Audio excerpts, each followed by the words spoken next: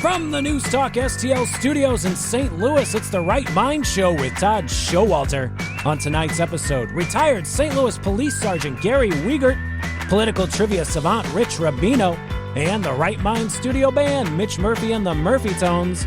Now putting the fun in your dysfunctional world, here's your host, Todd Showalter. You know, before we start out with any fun, is it okay if we just do like a public service announcement, like a PSA? The more you know. Come on. The more you know. I just want to really put something out for our listeners as a precautionary measure.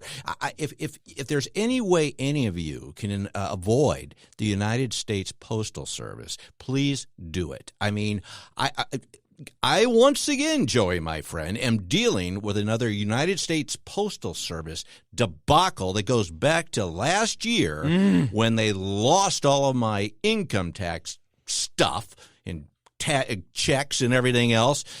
And I am still, after having to go back and do it electronically, still being hit with penalties and stuff because they say it came in too late because they lost it. Did you get our guy on it? The senator guy? Josh Hawley? I did reach out to him, and he said, well, I don't have time for this, Todd. Do I look like this is something I want to deal with? He said, do you have nuclear cancer? That's really my only focus right now. And you're just like, oh, my goiter. The mail system is making my goiter act up. I think it is, actually. Maybe I should do that. And there's nothing against my mailman or anything like that. It's just the whole thing as a whole. I mean, they lose all your stuff. I told you about my kids when they not my kids. I mean, if they got married, that would be kind of like. Were they delivered to the wrong room also? Yeah, something like that. But I mean, we didn't get their invitation, even though we were helping to pay for it.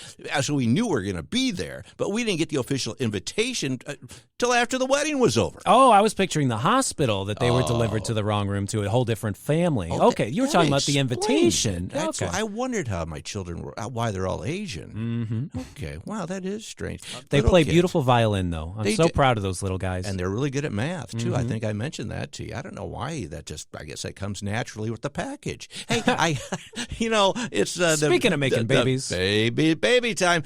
Super Bowl is tomorrow. I'm excited. I really don't care about the Super Bowl. But even more, ask me why I'm more excited. Why are you more excited about the Super Bowl? Because you told me that you're going to a 3-year-old's birthday party. Boy, I love those. There's no way you could get anyone to turn out for a 3-year-old's birthday party unless you accidentally make it the same day as Super Bowl and you say, we got a big TV, there'll be snacks. And then also, if you could bring a cat toy or something for this 3-year-old to make her shut up, you can come to the birthday party, too. This really takes a lot of guts, though. She's going to think she's so popular, but she's not. Is anybody going to come? What? I mean, is she? She's obviously not a football fan. But let's get back to the chase here. Who is this 3-year-old? Do you know the 3-year-old? We call her Jim. You call the boy. It's a little girl. Okay. It's a little girl. We call her Jim for short. Sure. There's nothing wrong with that. Her official name is Jimmy Neutron. Jimmy Neutron? Yes. But we just call her Jim for short. I think her father grew up in the 90s, loved like Nickelodeon cartoons, so that's why we named her Jimmy Neutron. Yeah. She's going to be very smart when she grows up. Okay. And I don't know what to wear to this 3-year-old's birthday Super Bowl party. I don't care for either team. Right. Let's see who we got. We got the chefs, right? So there's going to be food there. Don't know. We have a team that always gets they get the refs want them to win. Phantom 15-yard penalties, I keep hearing. Yeah, well, you're not allowed to touch their quarterback, Patrick Mahomes, or what is his name? Mahomie. He's my homie. You're not allowed to touch him. It's kind of like the old Tom Brady thing. Remember, you couldn't touch Tom Brady, otherwise you'd be kicked out of the league. Okay, it's the same kind of thing, I think, with him. If you touch him or you do anything, if you even look wrong at the referee, I think you get a penalty flag. And who's the other team? Not the Bills, because we had big hopes for the Bills. I think it's like a green team. Ravens? They're in New Orleans, but the city doesn't matter. Be a blue team. I'm not sure. All right, well, I'm going to wear brown just in order to celebrate the concept of football. I'm going to tape some shoelaces to my chest, and I'm just going to dress up as an oblong pigskin. Yeah. I'm going to be in Florida, so I'm going to be butt naked. I'm not wearing a dang thing for weeks. When I go to Florida, I don't wear any clothes. I don't. I just don't wear any clothes. I'm here to colonize the nudists.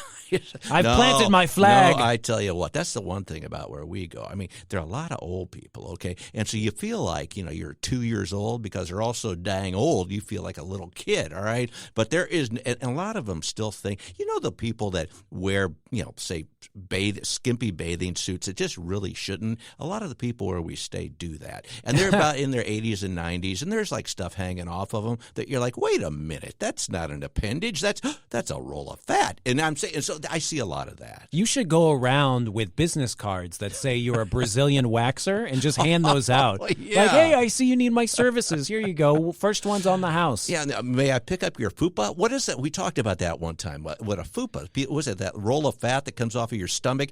Isn't that what a fupa is? Yeah, you can tuck it in the waistband of your sweatpants, or you can let it hang over. Okay, well, maybe I could do that. Maybe I could be a fupa tucker. Hey, you fupa tucker. I don't know if Vistaprint will print that, but you can try. Who are you? I'm Todd, the fupa tucker.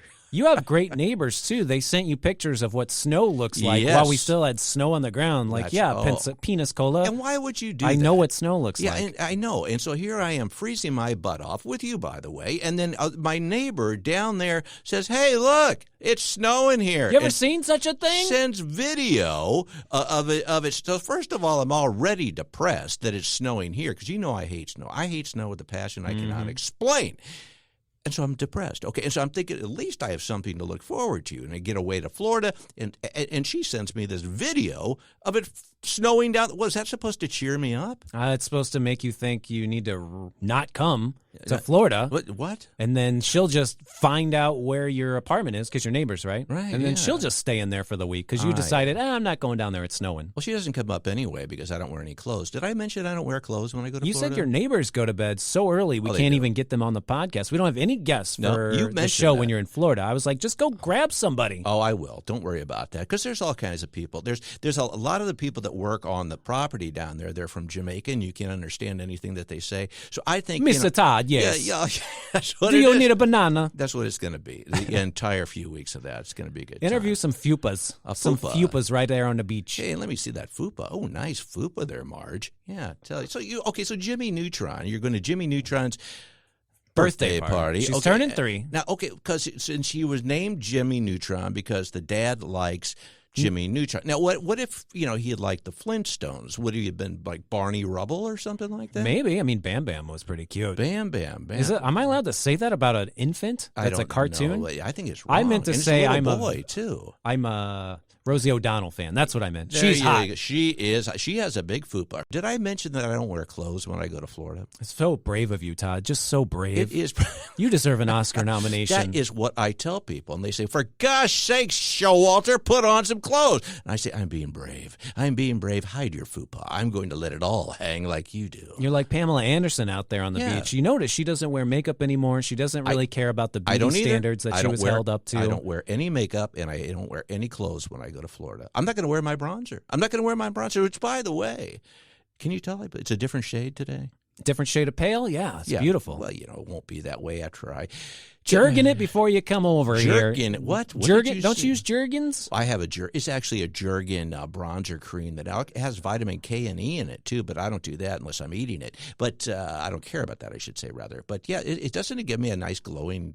What are we talking about? We can't talk about this. You know what else is going on? I had a Washington University professor come onto my Facebook feed, and he comes into my sandbox to play, and he didn't play nice. Now, here's the deal. I don't go on other people's pages and try to pick nitty-picky little snivel wiggles. You know what I'm talking about? Mm-hmm. I don't do that. So he comes onto mine and he says, anytime you say, well, I have a doctorate from, all of a sudden I think you're an idiot. Because if you've been that entrenched in academia for so long, especially like this guy, I'm sorry, but you've gone the other way and you're an idiot now. And I'm not supposed to say idiot because my wife says I can't do name calling, but I just did. But just go back to watching Hallmark. So anyway, he comes into my space and starts pulling the mean guy stuff. Now, what should I do about this, my friend? WashU, they just don't make them like they used to. They're spitting out all sorts of crazy people. Megan Green, she's the Board of Aldermen president. She's gone nuts and haywire. She was protesting with the Palestine people on WashU's campus, and she actually just didn't know what to do with the Rams money. Obviously, potholes. We've got like $300 million for Rams money. And she's like, no, we need to have more debates about it. And then she called someone else at the Board of Aldermen meeting drunk. And now they're stuck. They still don't know what to do with this Rams money. And then there's people like you just said, you and I, that did not go to WashU, not that I'd even want to, and they giant holes in the middle of the street. And what did you say? Maybe you should fill that hole. Let's give Joey a doctorate. They're trying to give free daycare to people in North City and condoms to people in Hamas, I think. Maybe I'm mixing stuff up. But Gaza is going to be a giant. It's going to be. Did you hear about this? We're all over the board, but that's what we do. Did you finish your WashU bashing first? Oh, yeah. So anyway, this guy is indoctrinated. Was I talking about WashU? Yes, I was. Indoctrinated. Okay, he has to make it a point that he's been like a quarter of a century, and I'm like, la-dee-da. And then he goes off on democracy and all this stuff. And I said, excuse me, Doc. That's what I said. But the United States is a constitutional republic, okay? And so here I am, okay, with my third grade education, and I told him, I just corrected him right there, and I think he melted like the witch in the Wizard of Oz, and then I didn't hear from him again. What a terrible way to die, just water. Just water. Like the aliens and signs, and then the Wicked Witch of the West, and then maybe one of those gremlins from Gremlins. Just a little bit of water, and then you're dead. No, and that'd be terrible, because Earth, right. 75% water. Bad choice coming down here, aliens. Our bodies are like, I think our bodies are like something at least 2%. Mine's mostly sodium. I love pretzels. I do too. And you know what? Get this. I had my checkup because I got a yearly checkup, okay? And she didn't do like the full checkup because I didn't want her to do it. But anyway, you know where I'm going with that. But she said to me, maybe you should cut back on the sodium. And I go, is this just something you say? And she goes, yeah, I do. Just kidding. And that was it. You always have to have some correction when they come into the doctor's office. I say, say I should floss more. No, that's for your dentist. Well, telling me I should comb my hair the other way. Nope, that's for Sarah. You shouldn't take in so much sodium. And I go, if that means getting rid of my pretzels, which are pretty much the staple of my entire diet, I'm not doing it. And that's what I'm not going to do. Because you ever notice this too, my friend? Everything, like eggs, for example. Eggs were bad for you. Now they're good for you. Meat was bad for you. Now it's good. It's all a big PR campaign. Okay, it's just did you know that the whole reason that eggs are for breakfast goes back, way back in the 20s and 30s? It was a PR campaign to get people to eat more breakfast. This guy, Edward Bernays, came up with this slogan, breakfast is the most important meal of the day, okay, which is all a bunch of BS, but he came up with it with an advertising slogan, and so then for centuries later, going into the millennium, everybody thinks breakfast is the most important meal of the day, when I know it's not. It's snack time after I eat lunch. They used to say when Todd was around his wife that he had to walk on eggshells around her, but I don't know what that means, but also the price of eggshells has gone up so much we had to switch to walking on light bulbs or something, We did do that, yeah. Well, because they have gone up. Remember when we would just go out and throw eggs at cars? We can't do that anymore. It's worth more than the car That's then. What they I was sell it thinking. And then they get more money back. Terrible prank. Exactly. So I think we should throw Priuses at eggs. What do you think about that? There you go. Yeah, we can't even my old insurance business about cleaning up people's homes after they've been egged, that doesn't happen anymore because nobody can they can't afford the ammo. Well, maybe Trump will sign an executive order and fix all of the prices, and then Rich Rubino can come on and explain it. Well, he is going to come on today. I'm going to talk to him about, I think I mentioned it to you, about this tariff thing, because everybody's, all the libs, the tariffs. I bet you there are other presidents that have done this. And I also want to ask him, has there been any other president besides Donald Trump that's done such a great job in 2 weeks? Because this guy has done more. I was saying than Biden, but I think he's done more than any president in the last 100 years, to be quite honest with you. And then we got adding new states all the time. Canada's the 51st state. Yes. Gaza is going to be the 52nd state. Gaza's ours. I don't know. He just said dibs. He said he's going to turn it into the Riviera of the Mideast. Let's add a golf course in the Gaza. I think he's going to put a mall in there, too. I think your idea of having the bombs inside the balls would work at a Gaza golf course. It would, because they have all those mines. Mm-hmm. We just leave the mines, and then the golf balls will explode, and it won't even cost anymore because the mines are already there. And you said the hole's too small. They got lots of craters. They do have lots of craters. Oh, wow, this is a great idea. I bet you by the time I get back from my stay in Florida that you and I will be ambassadors to the Middle East. If you could buy the URL for Trump International Golf Course Gaza.com right now. Wait, let's just do it. Or Gaza Golf, I don't know. Do you have your GoDaddy account on you? I'll make Alexa do it. Alexa, buy golfgaza.com. Done. All right, done. It's all right. Wow, that was good. Wow, Should be delivered in 3 days by Amazon if the UPS is able to beat USPS. I tell you what Hal does. You know, my buddy Hal, the old guy that, I pretty much. Hal the Hoarder, full name. We didn't call him that.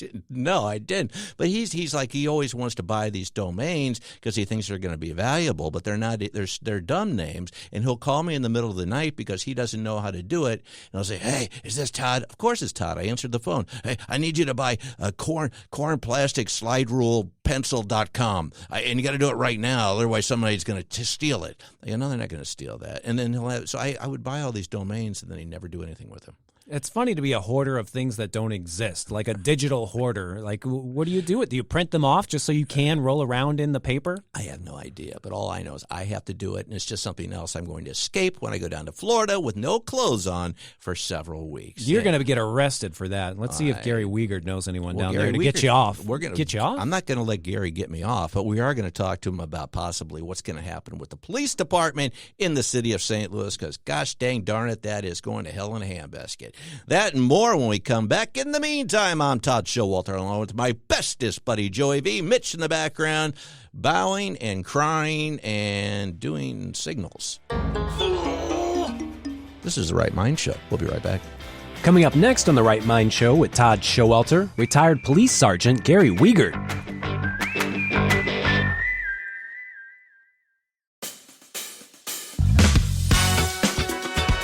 Welcome back to The Right Mind Show with Todd Showalter on News Talk STL. And now a man who is so patriotic, he always bets on America to win the Super Bowl.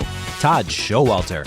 And we're back. I'm Todd Showalter, along with my bestest buddy, Joey V. And on the line now is the man that knows all about law enforcement and other things, Joey. It's Gary Weigert. How's it going, my friend? You've been up to a lot of stuff lately, haven't you?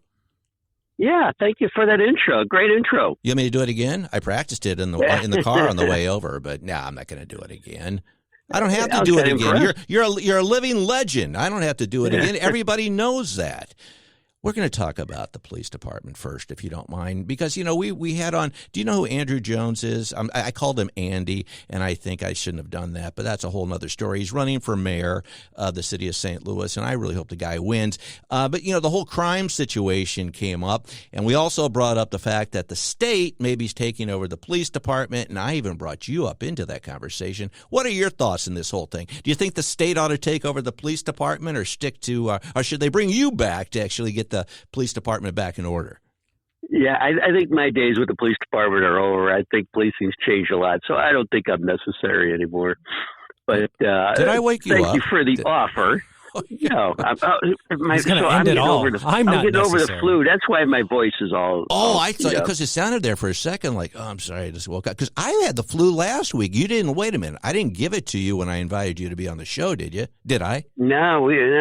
I don't think so. I don't think we get it over the phone. But it wiped me out for about 10 days. So I'm starting to feel better now. Oh, okay. Well, it wiped me out for 4. Let's just talk about this instead of the police department, okay? I'm sure the listeners rather hear about that. Do you think? No, let's get back to it. What's going on? Do you think the state should come in and take over? I think they should. I've always been against the city taking it over. It's become the Shira's private police department, and there's no more citizens, and there's no more police board. There's no more citizens involved. I think it's a bad idea when it started, and so we need to get back to citizens running our police department. And so I'm hoping the governor makes these appointments. I read over the bill. There's a lot of good stuff in that to bring it back. So I'm all for it, and hopefully we can turn this place around. The police department's down to like 900 guys, 850 guys. Yeah. I mean, I don't even know how they can patrol anymore. So let's get it back to the state. What was it? Because back in the day when when you were an officer, how many officers were there? I think there was like 2150 when I came on. Wow. Close to 2200. Yes. And it's just been gradually getting smaller and smaller. Yeah. And I just don't think there's any policemen there anymore to even, when you call, if they show up. They're just so short-handed. I'm amazed at the numbers that they have in each district. So, that's the first thing we need to do is correct this police department, bring some people on. And so I'm hoping the state will do that. You know, we had it since the Civil War. They tried this experiment, and it's just not working. Yeah. And they talk about the numbers being down for homicides, but I think they count the homicides kind of funny now. Now everybody says, well, you can't, people who are dead, you can't change those numbers. But what they do is they make it if you get into a shootout, if a couple criminals get in a shootout with each other and they kill each other, it's dropped as a justifiable homicide or self-defense. So I think they're playing games with the numbers, and I think that's a problem. I think they're playing games with the numbers because when you get burglarized or they break into your car, nobody shows up. No, I know. Those numbers aren't recorded. Yeah, and we've talked about this before. Even, I mean, what the morale has to be zero at this point, especially if you're a police officer in the city of St. Louis. I mean, if you arrest someone or you God forbid, have to use a firearm, I mean, you're probably going to be reprimanded, probably sued, could be suspended. I mean, if you can't even do your job, I mean, your hands are tied. Who wants to even be one? Yeah, and that's the thing. There's no one applying for the job. I mean, there's open, and it's just not St. Louis, too. It's across the board all over. And until they get some decent pay, I mean, they've held down the pay on these guys for a long time. Mm-hmm. So there's a lot of problems. Police department. It's going to take this will take years to fix. Mm-hmm. Mm-hmm. And I don't know if that will ever really happen. But at least if the state tries to take it over, at least we might have a chance. Well, what would that involve if the state came in? I mean, it's not the National Guard or something. Would it just be like the Missouri, Highway Patrol or something? Who would actually come in and do this? So what you would do is you would transfer all the assets from the city back over to the police board. The police board used to control those assets. We had a vote on that in 2013, I think. And they turn the assets over to the city. Now they're going to turn them back over to a board that's appointed by the governor. Mm-hmm. Okay. So that now they will start making decisions on hiring and firing, how they spend their money instead of letting it. Right now, the way the city does it, no one even understands anymore. It's just a city agency. It's no different than the street department or the trash division or whatever that does things for the city. So hopefully now it'll be dedicated toward back toward the police. Yeah, get priorities back to the police. Well, we were just talking beforehand before you came on. I mean, every time every week we talk about this Rams money, and we actually have been talking about it for years. And it's how hard can it be to make a common sense decision on what to do with it when certain things are so obvious? Why can't we put that money into law enforcement, beef that up, fix the potholes, do things? I mean, you'd think that they were trying to, launch, the space shuttle or something. I mean, I don't know. You have all these common sense things going on that they have to have committees and all these things to figure out when it's right in front of your face what needs to be done. I mean, do you think if a lot of that Rams money was injected into the police department, we could turn things around quicker? Oh, I think right off the bat it could do that.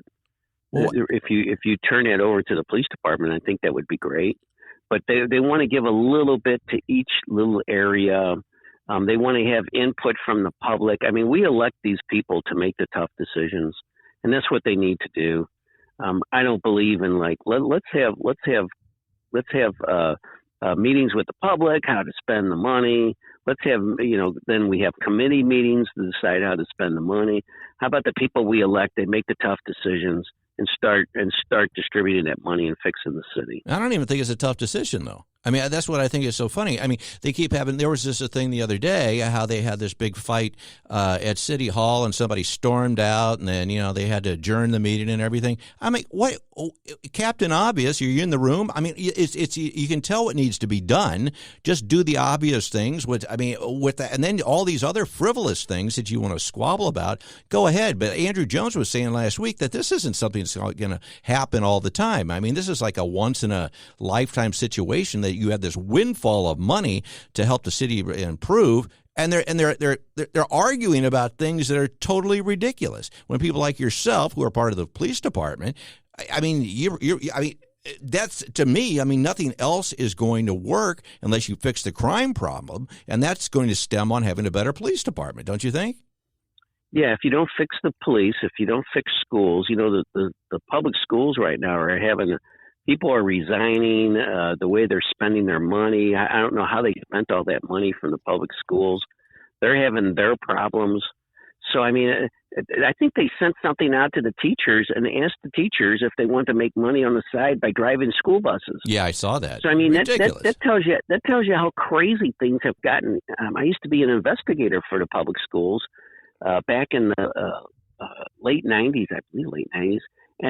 And that they were having problems back then, but that's nothing compared to their problems now. What is it? Just go ahead. Kids are abandoning the schools. They're abandoning the city. Police department is falling apart. I mean, we need people to step in. We need the state to step in and try to fix this. Yeah, I mean, it just seems like the entire City Hall of St. Louis is totally dysfunctional. And, I've heard of like one or two bad eggs or something like that, but it just seems like it's a total mess across the board. Well, before I let you go, you've done a lot of stuff. I'll never forget with the grassroots group that we had with the caucus, the Trump caucus back in the spring, that you were elected the chairman of, and you immediately cleared house. You fired the other board, and you installed your own. You've got a lot of leadership qualities, and you're involved in a lot of stuff. I have to think that you're probably looking to get involved in more political. Do you have higher political aspirations? Is where I'm going. Well, I look at stuff right now. I see what's going on, and I just don't think we are spending our money even wisely. I think we need fiscal responsibility.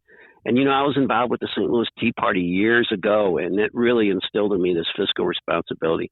So I look at different positions. I don't know what I'll run for someday. I don't know. But you are thinking right now. About it, right? I don't see anything that I want to run for. I think right now what I want to do is I want to fix the Republican Party itself. Okay. And you saw the dysfunction that was going on at that caucus and at the convention. That was a riot. I got to tell you, I could, especially the first one that we were at. I mean, I've never seen, because that was actually the high school gymnasium where that one meeting we had was where I went to high school, and I'd been to basketball games where there was people booing and screaming and things. I never thought I'd relive that in my own gymnasium from high school again, but it was unbelievable. At that caucus. I mean, the people, just the anger and the screaming and the name calling and things like that. I mean, it was in disarray. I couldn't believe it. I think people knew that whole caucus was an attempt to try to take delegates from Trump. Mm-hmm. And I think people were fed up with that, and they really came to show their support for Trump. Yeah. And well, you did it. You put it together. My friend. Yes, and we defeated them. That was the DeSantis people and the Nikki Haley people. Yeah. And, they tried. I think really to avoid all that nonsense, we need to go back to a presidential preference primary. I agree. Where citizens get to vote for who they want as president, not some caucus, not some people who show up, not people who are. Everyone was looking to bend the rules their way. No, I know, to influence it, and I thought that was actually, I thought that was kind of an embarrassment to the Republican Party. It was, but again, and I'm not trying to go overboard here, but the way that you turned things around, and again, you took command right away when you won, and again, that was a pretty majestic moment when you told everybody to hit the road and fired them, and they all headed for the door, and you installed your own people. So, hey, I saw leadership qualities right there. So I think big things are in your future, my friend. Well, thank you very much. And we were able to prevail, and we were able to get our delegates for Trump in, and we did it properly. And yeah, that just, I think it showed that there's there's a lot of new people involved in the Republican Party, and you can call it the Trump Party, and we're all Trumpites. Mm-hmm. But I think that bodes well for the Republican Party to bring all these new people into the party.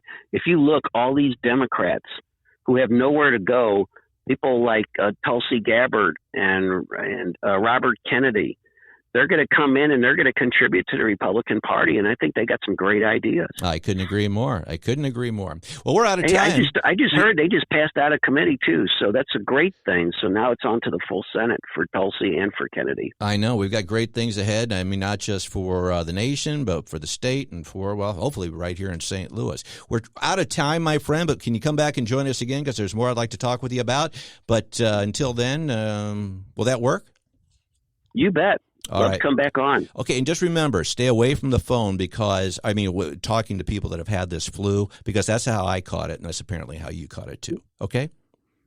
All right. Anything I can do. I was pre-med for 2 days. Okay? So just keep that under consideration. Okay. All right, my friend, we'll let you go.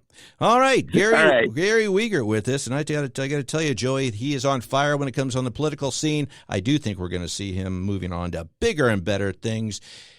But speaking of bigger and better, I was going to tell my story about, well, I'm not going to tell my story. We're going to move on to Rich Rubino. I was going to tell my oatmeal story. Mm-hmm. That was not a bigger and better story. That was actually a really big debacle that really kind of ruined my morning, but we're going to move on to Rich Rubino. Okay? You got to get spicy with it by throwing in some extra raisins, cutting up some apple slices, some blueberries. I would have done that, but let's just say olives do not go with oatmeal. Mm-hmm. No, let's not do it. But when we come back, guess what? We got Rich Rubino joining us. We're going to talk about, have any other presidents ever had tariffs the way that Donald Trump has threatened to do with these other countries? It actually seemed, I think they're really working, as a matter of fact, because he's not doing them. He's just using it as leverage. We're going to find that out and more when we come back. In the meantime, I'm Todd Showalter, along with my bestest buddy, Joey V. This is The Right Mind Show. We'll be right back.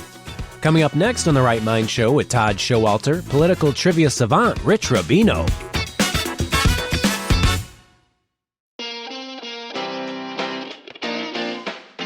Welcome back to The Right Mind Show with Todd Showalter on Newstalk STL. And now a man who never wears glasses while watching football because it is a contact sport, Todd Showalter.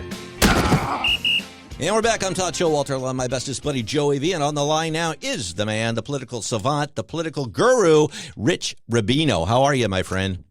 Doing well, Todd. Thanks so much for having me on again. Well, I've been wanting to have you on because with all the stuff, when this airs, it'll be on a Saturday. We'll be just coming up on the third week of President Trump being in office again. A lot of stuff has happened. I mean, it's been a whirlwind. He's been on fire as far as the different things with executive orders, doing things, buying Gaza, building shopping malls on the moon. I don't know what else he's been doing. But one of the things that I want to talk with you about, a lot of people are up in arms about these tariffs, which it turns out he's been using as a negotiation tool. From you're the political guy from a trivia standpoint and more. Is this the first time any president has ever done this, or is this has this been done before? For the reason that he's doing it for, this is really kind of unprecedented. Usually presidents use tariffs to protect domestic manufacturers. The Republican Party actually, if you go back when it was founded in 1854, its original platform, part of it was that it had a lot of supporters, if you will, within the northern community, and many of them, the manufacturers who were domestic manufacturers who wanted to protect their own products and wanted to protect their companies. So they tended to favor the Democratic Party to have more agricultural type of a constituency. Consequently, they wanted more exports, but it was really the Republican Party that was founded as a party on tariffs. Gradually, it changed a little bit, and the Democratic Party became the party that supported more tariffs, at least in general. In 1993, Bill Clinton signed the North American Free Trade Agreement. As a Democrat, most of the votes that he had were Republicans, so he worked with Bob Dole, Newt Gingrich, Bob Michel to try to get that passed over opposition from folks like Dick Gephardt from Missouri, for example. But usually they're used as economic weapons. They're very rarely used as actually to try to get something else achieved like Trump is trying to do. Yeah, I've never seen anything like it, and people are saying, No. again, I'm kind of biased, but people are saying it's genius because some people are saying he never even intended to use them, but it was one of his negotiation ploys to get some of the other stuff that he's got happening. I mean, do you see more of this coming up? I mean, is this something that could go on? I mean, what do you think so far? Oh, absolutely. For Donald Trump, for any inconsistencies in his ideology over time, one thing he always seems to have believed in is protective tariffs. If you listen, going back to the interviews he's had with Oprah Winfrey in 1989, 1987, talking about if he were to run for president, he was talking about protective tariffs. And that is something that it's actually something that Pat Buchanan tried to run in the Republican primary in 1992 and 1996, respectively, talking about the idea of protecting domestic manufacturers. I think part of why Donald Trump did that, and that's part of why Donald Trump also got some working class votes who were traditionally Democrat in the Republican primary back in 2016, is that they thought they saw their jobs hollowing out, for example, from what they believed was NAFTA, was allowing China into the World Trade Organization. And Donald Trump came and basically said, we're going to support tariffs. They're traditionally, at least contemporaneous times, have been a Democratic issue, but Donald Trump kind of purloined it and made it into a Republican issue, and that helped him with some working class voters. It's interesting if you go back to 1992, for example, when Pat Buchanan ran and was running for supporting of tariffs and against the North American Free Trade Agreement, he talked about his own presidential campaign and going out to Berlin, New Hampshire, and seeing people that had just lost their jobs and how that really affected him. And he said that it was basically because of what he thought was the free trade orthodoxy. Yeah. I mean, as much as, you could see the point of using tariffs, I mean, again, because you obviously want things to be domestically manufactured, you on the other side, then you all of a sudden have like the left screaming, oh, this is going to cause, things, prices to go up and things like that, which, a lot of it was, he's held back on. Do you think if we do go forward, say, I don't know, the next month or so with some tariffs, do you think it's going to have an economic impact on us, directly the way that the left is screaming about?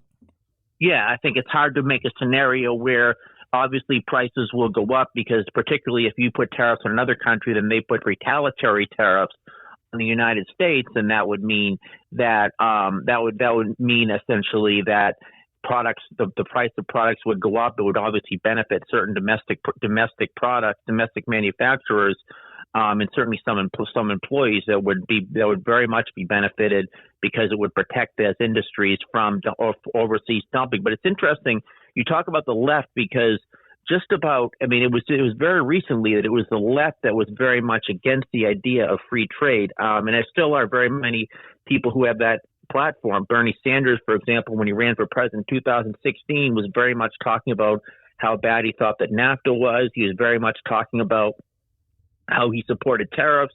Go back to the North American Free Trade Agreement, and when Bill Clinton signed it, it was the left that was the opposed to it. It was Bill Clinton working with the Republicans that got it fast. During George W. Bush's administrations, when they were negotiating trade treaties, it was the Democrats who opposed it. So what Donald Trump has done, and this is really interesting, is he's kind of shifted the political landscape. Now all of a sudden he's taking the position that was traditionally the left wing of the Democratic Party. So what's happened is some left-wing Democrats have basically stayed on that same position. I think you remember the of the Progressive Caucus, and saying that they very much support the idea of tariffs. But then you also have some Democrats now talking about how it's going to be higher prices, almost taking what was the Republican position just 5-6 years ago. Yeah, don't you think everything is pretty much flipped, though, at this point? And we've talked about that on other shows. I mean, we've said the Republicans of yesteryear seem to be the Democrats and vice versa. I mean, it's almost like it was a flip of a coin where we're all opposites now. Don't you think? It's fascinating. I mean, just for example, go back to George W. Bush's administration and go back to the Iraq War. Now, the Iraq War had support from most Republicans, and the Democrats were pretty much split on it. But most of the opposition to the Iraq War was for the Democrats. Now you go, and this is the same thing, Afghanistan, very few opponents, but most of them were on the left. Then you go to Donald Trump running for president in 2016. He was talking about how bad NAFTA was, which was basically passed with Republican support, and about the orthodoxy of free trade, which most Republicans at the time supported. And he said Iraq and Afghanistan were huge mistakes. those were traditionally Democratic positions. Mm-hmm. Now, all of a sudden, Donald Trump comes in, and Donald Trump has kind of taken those and make those Republican positions. And you're right. Now you have members that were very much opposed to, for example, to free trade, talking about how this is going to hurt prices. And you have traditional Democrats who you would think would be more dovish when it comes to issues like the Ukraine, for example, are saying that the U.S. needs to continue to support the Ukraine, continue to send aid to the Ukraine. So the Democrats have become, because of Donald Trump, a more hawkish party, and in many respects, a party that's very much in favor of free trade. Go back 15 years ago, it was the exact opposite. You're exactly right about that. Yeah, well, a lot of things have changed. Speaking of aid, though, I mean, what do you think of this whole DOGE, the Department of Government Efficiency? I mean, this has really been a hot button. You've got people, obviously, with Trump, that say we're uncovering all this mismanagement of funds and things like that. And then you have people on the other side saying, well, this isn't even they're overtaking our government here. They can't do this. I mean, what's your take on it? I mean, it's obviously you want watchdogs to be looking out for things where there's things not managed right, but are they overstepping any bounds? I mean, I'm not sure they are any more than any other previous administrations appointed people.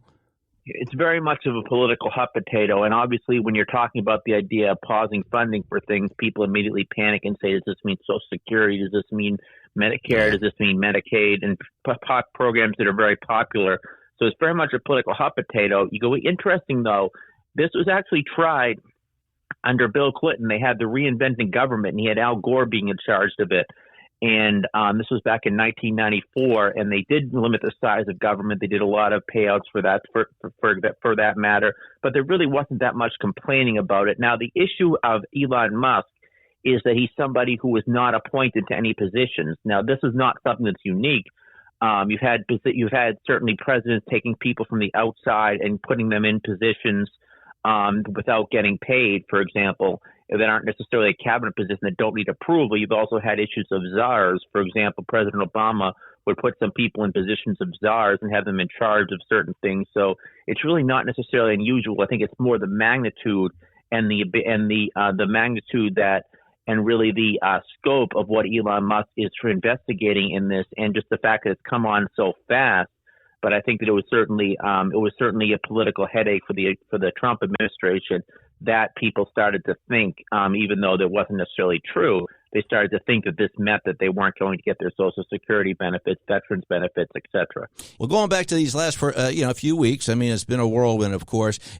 What other time in history do you think? I mean, going back with your your trivia and all the other stuff that you know about, has there ever been? I personally don't remember a whirlwind 2 or 3 weeks like this before. Has there been anything even close to this?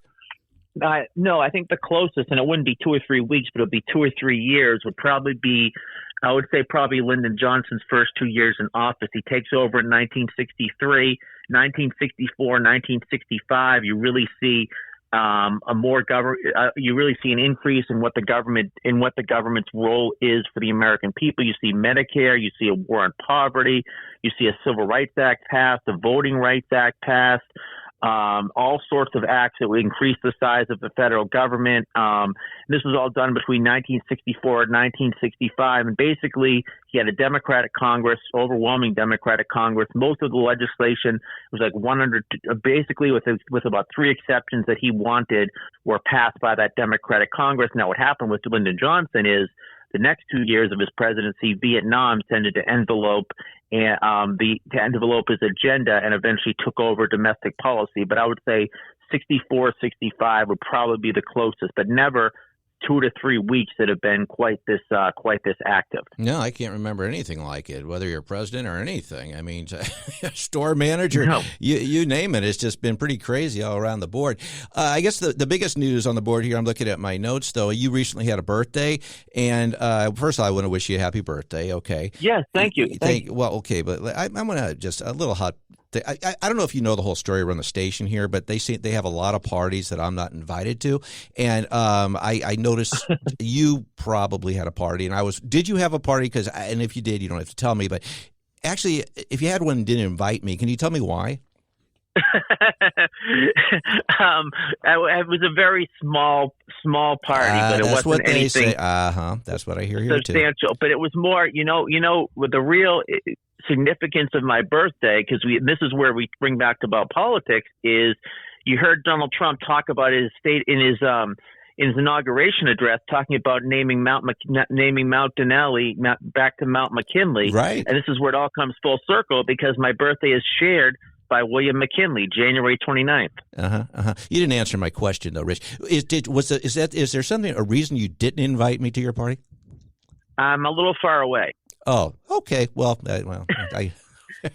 I'm joking with you, my friend. I like to do what politicians do. You try to not answer. You try to pretend you're answering the question when you actually divert and answer a completely different question. You taught me that, and I got to tell you, it does not work with my wife. But anyway, I'll keep trying, my friend. Well, as always, you've been a blast to have on. I can't wait to have you on more in 25 and beyond, because this is going to be a whirlwind. If it's anything like the last 2 weeks, the next 2 years, 4 years, yes. My gosh, I got to tell you, I'm going to have you on speed dial, okay? You got it. Absolutely. No question. All right. Well, take care, my friend. And as always, it's been a blast. Thank you so much. All right. Bye-bye. Well, Rich Rubino there. And once again, another party that I was not invited to, although he is on the East Coast as opposed to the station here that's right up the street. I bet there were a lot of 3-year-olds at his party. He's just a cool guy. Probably likes to get on the ground, do wrestling. 3-year-olds. They just love wrestling. He probably knows magic tricks. I got to tell you what happened. Remember that time when we took the picture over by the Easter Seals place at the playground? Yeah. You wanted to do that at the playground. Okay. Well, I received a restraining order. Okay. Now, I don't know if you received one, but there was something about some scary-looking guy with a mullet playing on the playground. So I am not allowed to be around 3-year-olds anymore. So I'm just going to leave it at that. They were disabled before we got there. I don't know if they're blaming you for that. Easter Seals does great works, and we did not go inside the building. We were just outside the window. But we did go to the window, if you remember, and I waved at them, and I stuck my face up against the window, and apparently that was frightening, terrifying, not just to the children, but to everybody else. It was teaching them, and I have a restraining order. Very, very frightening. Yes, Galileo. Galileo. What was that all about? I got to tell you. You know who we haven't heard from in a while? We haven't heard from Coach Tom. The Battlehawks. Maybe we should get in touch with him while I'm in Florida. What do you think of that? Of course. Isn't that coming up, the Battlehawks? They called it a glow-up. The Battlehawks posted a picture of how good that new turf looks. And they said, look who got a glow-up. That means someone who gets a makeover. And boy, it looks beautiful. The turf before was gray. I don't know if that's normal. I mean, it started out green when the Rams got here in 95. Yes. And then I guess what happened was there was a lot of blood that happened. Football's a rough sport. And blood got everywhere. And then they brought in the bleach to get out the blood, which just washed out the green of the turf, and it was just gray. And they just put in new turf for this upcoming season. Where did they get it from? Probably old disc golf courses. What they do is they take turf from, high schools that update their turf. So I don't know if this is the best top-of-the-line turf or this is third and fourth hand turf that disc golf people used before. Well, I was just going to say, the reason I asked is because the last time, and it's been a long time because because the Rams have been gone a long time. But it used to be like any of the concessions, like a soda or anything like those were usually like $30 or $40 a piece. So I'm pretty sure they could have afforded to put in some nice turf. They took everything with them. Yeah, Kroenke was like, bring me the nacho cheese dispensers, grab me the friggin' hot dog boats, we're going to L.A. Wouldn't you, though, too, if you're going to have to leave behind $700 million? I mean, you got to admit, if you're going to break up with somebody, break up with a city, that's a pretty nice alimony check to give like $700 million to a city that now we're just fighting about some silliness when we got to fix the potholes and get a new police department. Oh, man, these board of aldermen, they make me sick. I'm bored of hearing about them. I'm bored of the board just of aldermen. Just spend the money already. And it's all, and they don't. Some of the people on our board of aldermen don't look like they're very board of alderman worthy, do they? That's the only thing they've got going in their life. They're so excited for Tuesday. No one in the world is excited for Tuesday except board of aldermen. And then nothing gets done in the city anyway. So what do you talk about? Well, maybe we should plow the streets. Nah, let's not do it. Maybe everybody should get their mail. Nah, they don't need it. Well, let's talk about filling the potholes. No, let's have a committee to see what to do with the money. I mean, does anything get done? What's the test to even get in there? If you can't spell constituent, I don't think you should be in there. I think you have a good point there. I think if if you can't spell alderman, you shouldn't get in there. And there are a few in there that I don't think could spell alderman. Some people may not even know what they are. And what was the thing about the guy? The guy was drunk or something? Megan Green called someone drunk. Maybe she meant drunk with power, but I never thought I could even be a part of that because I was saying it too fast. I thought it was Balderman, and you and I, we have beautiful heads of hair. I was like, we can never be in the Balderman Club. All right. Well, as I said, did you have a good time? Wonderful. I did, too. I had a really good time. Well, you know what I always say, don't you, my friend? If you don't have a right mind, you don't have a mind at all. Until next time, from Florida, from here, wherever the heck we are, I'm Todd Showalter, along with my bestest buddy, Joey V. This is The Right Mind Show. Till next week, bye-bye. Thanks for tuning in to The Right Mind Show with Todd Showalter. To find out about all things Todd, go to StudioTodd.com. We will see you next Saturday night at 5 p.m. right here on 101.9, 94.1 News Talk STL, and always streaming online at newstalkstl.com.